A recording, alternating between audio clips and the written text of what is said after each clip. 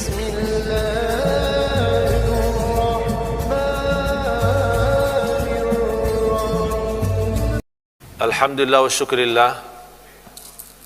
Kita setiap saat, setiap waktu senantiasa mendapatkan nikmat dari Allah Subhanahu wa taala. Tapi ada satu nikmat yang perlu dan wajib kita sadari, wajib kita syukuri, wajib kita manfaatkan, supaya kita tidak menjadi orang yang mengkufur nikmah, bukan mensyukur nikmah. Nikmat itu adalah nikmat umur. Sampai saat ini kita masih sama-sama menikmati bulan Ramadan. Ini salah satu nikmat yang banyak manusia yang ingin. Di antara yang ingin menikmati Ramadan adalah keluarga kita yang telah meninggal duluan. Kalau kita pergi ke kuburan dan kita boleh bercakap-cakap sama orang yang telah meninggal dunia, dan kita bertanya sama mereka apa yang mereka masih harapkan sesudah masuk di alam kubur, tidak ada di antara mereka yang ingin keluar dari kubur kembali ke dunia untuk menambah jabatan. Tidak ada di antara mereka yang minta keluar dari kubur kembali ke dunia untuk menambah kekayaan. Tidak ada di antara mereka yang ingin keluar dari kubur dan kembali ke dunia untuk menambah keturunan.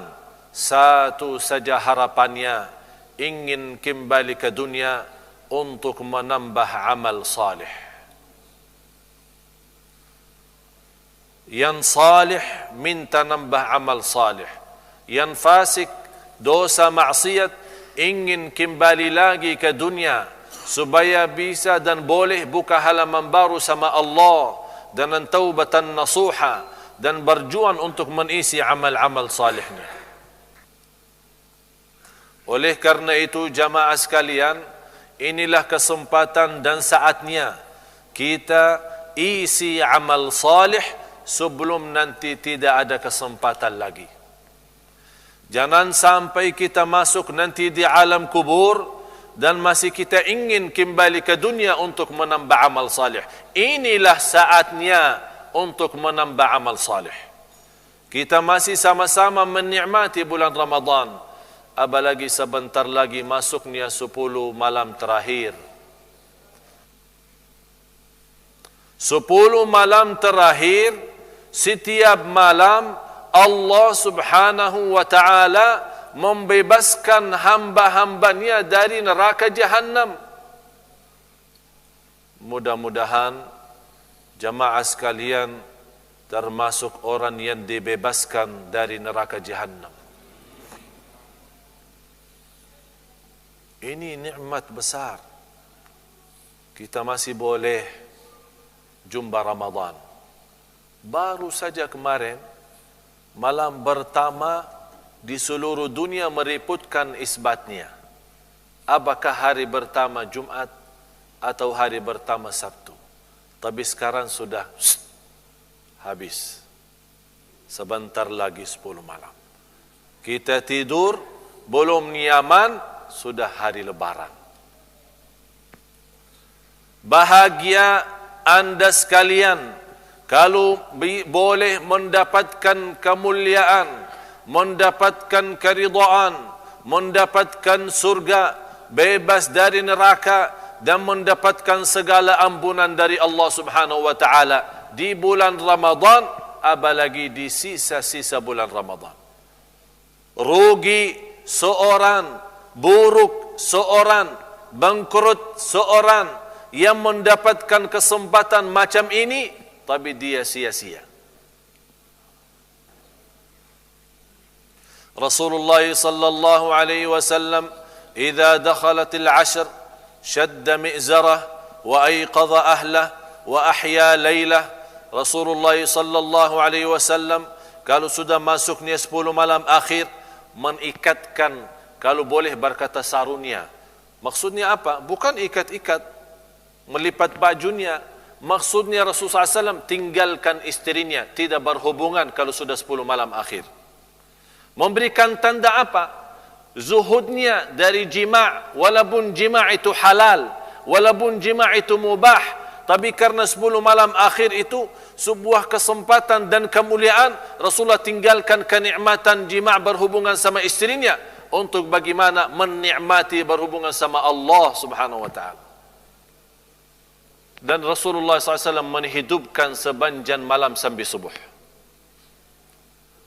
Jamaah sekalian, Rasulullah sallallahu alaihi wasallam seorang manusia yang saling dicintai Allah, yang mendapatkan kebahagiaan, keselamatan, dan dia akan memberikan pertolongan kepada seluruh umat lewat syafaatnya sallallahu alaihi wasallam. Tapi beliau sendiri walaupun bersih, suci, tidak ada dosa dan salah, sallallahu alaihi wasallam begitu memanfaatkan sisa bulan Ramadan 10 malam terakhir.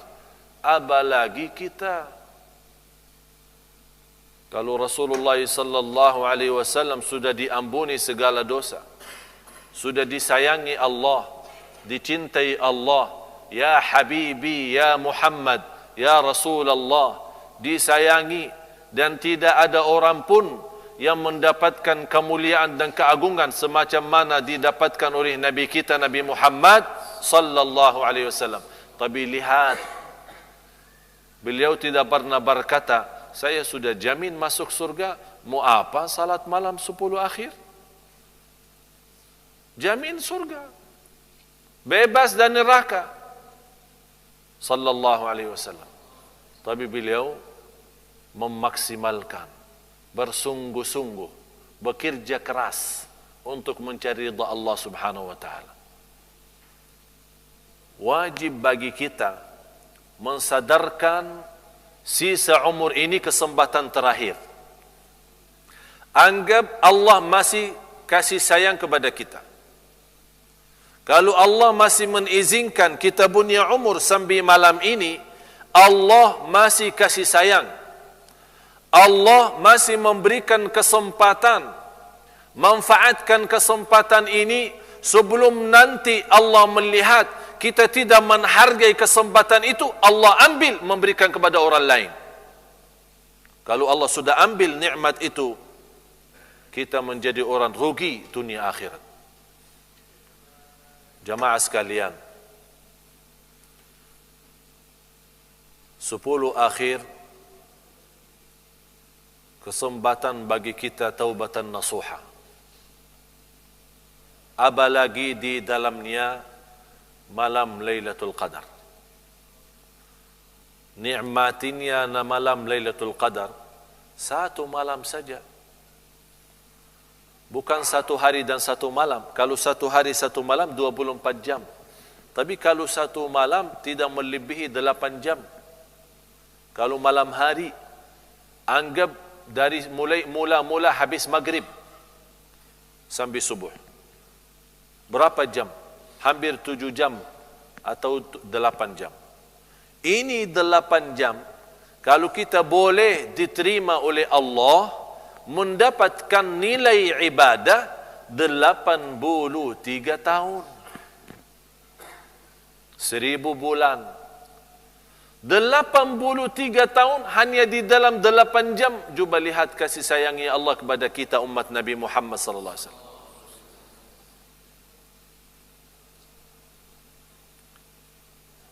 Menurut saya, orang yang mendapatkan karunia macam ini, tapi dia berjumpa bulan Ramadan, berjumpa 10 malam akhir, berjumpa malam Lailatul Qadar, tapi tidak mendapatkan nilai ibadah 83 tahun, orang itu miskin. Miskin dunia, miskin akhirat. Orang itu gila. Faham gila? Mas, macam ini kesempatan mas.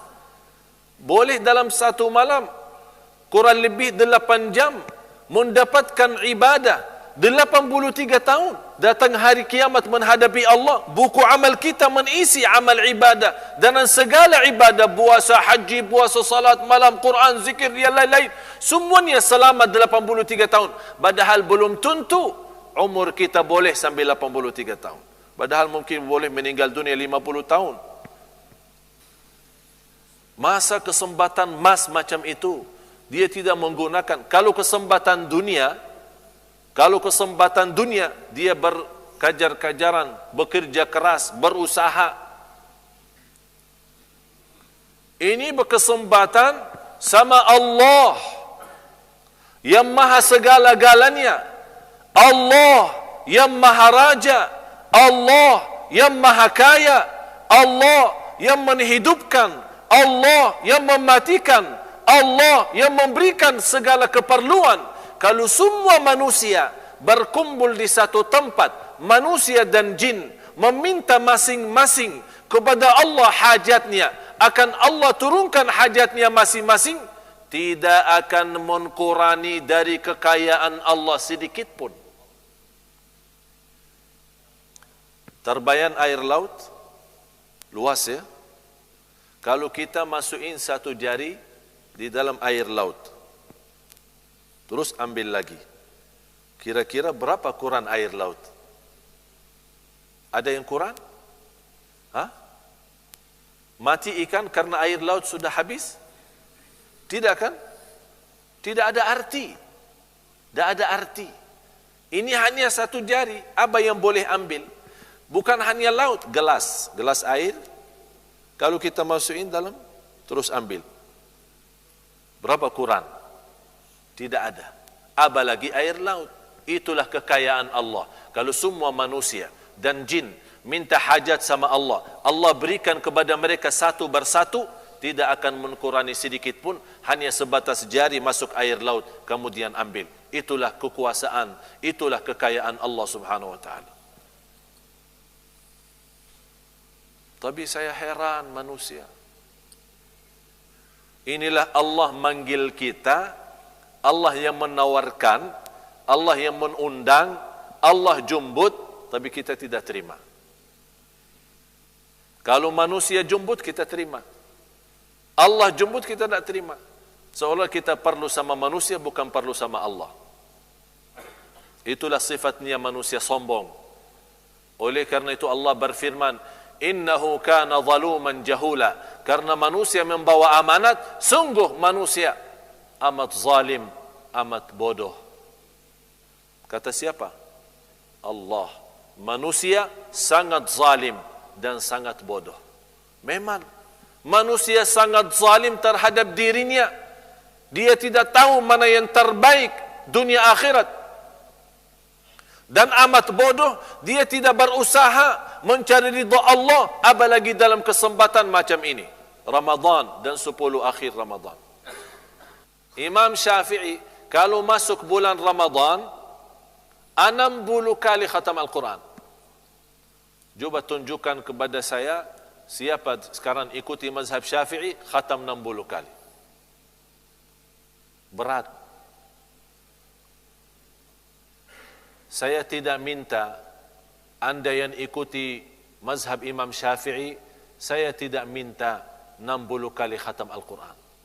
Tapi usahakan khusus untuk 10 malam akhir, paling tidak 1 kali. Yang kedua, berbanyak salat malam. Ini malam pertama saya di sini. Saya mau bertanya.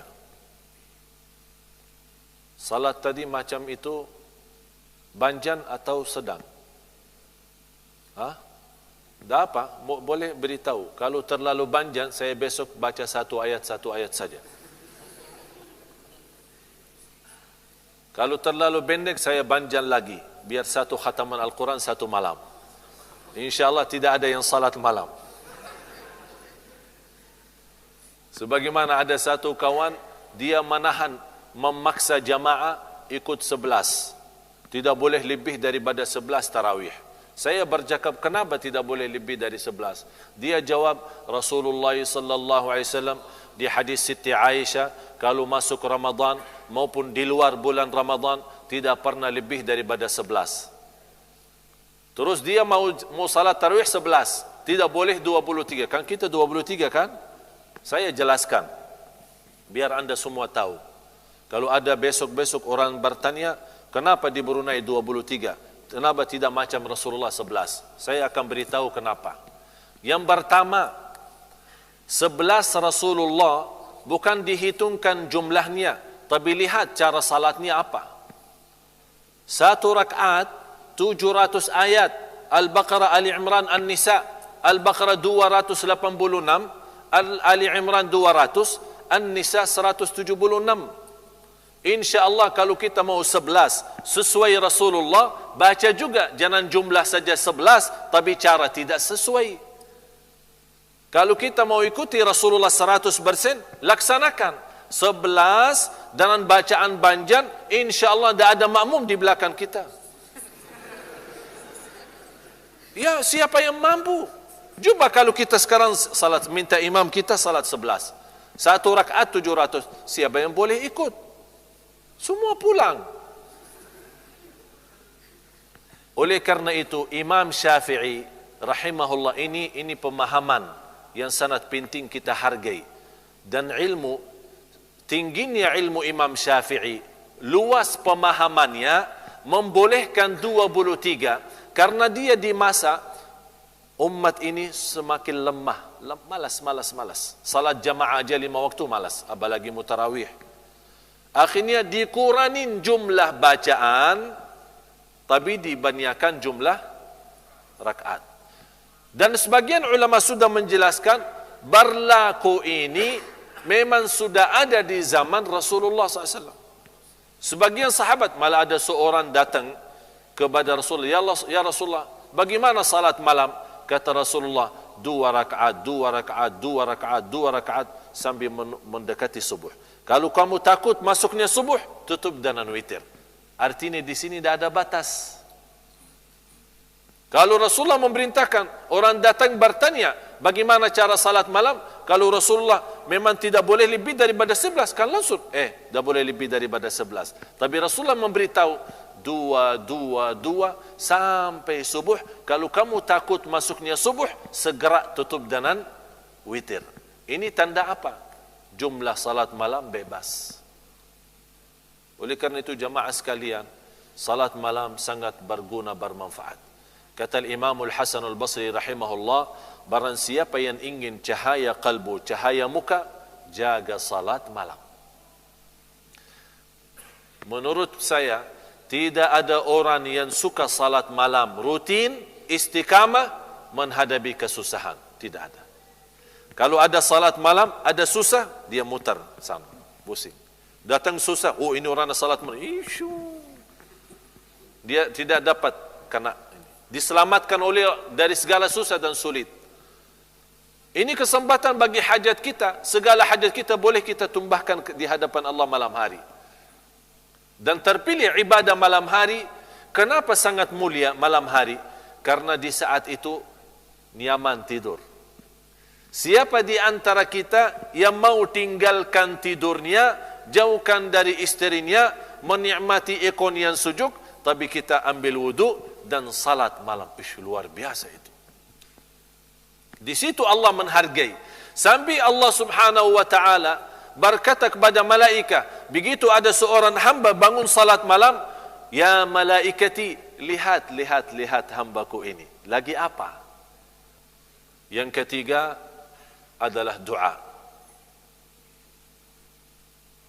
Siti Aisyah radhiyallahu anha pernah bertanya kepada Rasulullah SAW, kalau sudah masuk 10 akhir, saya baca doa apa?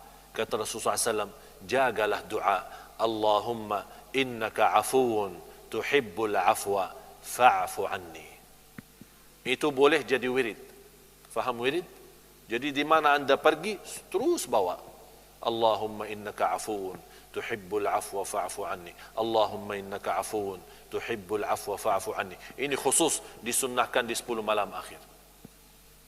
Saat buka puasa, jangan rugikan.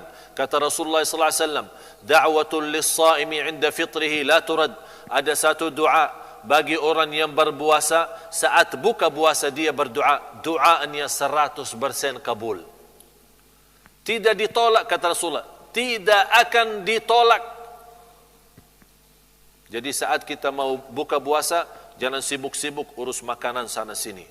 Jangan sibuk apa? Kurma di depan, air, angkat tangan doa.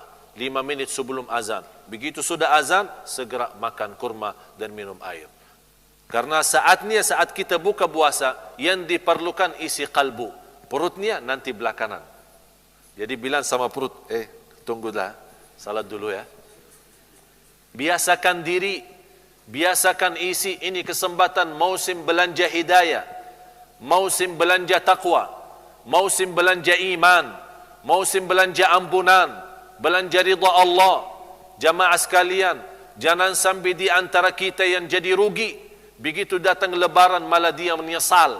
Jangan sampai kita datang di hari raya Idul Fitri, Allah Subhanahu wa taala menghantarkan malaika ikut salat Idul Fitri. Selepas salat Idul Fitri, malaika membagikan sertifikat dari Allah Subhanahu wa taala, segala ampunan lahir batin, bebas dari neraka Jahannam. Tapi di antara orang yang ikut salat Id, malaikat tidak membagikan sertifikat itu, malah dilaknati oleh malaikat karena dia termasuk orang yang sia-sia di bulan Ramadan. Mudah-mudahan majlis kita yang sama-sama belajari malam ini menjadi bermanfaat.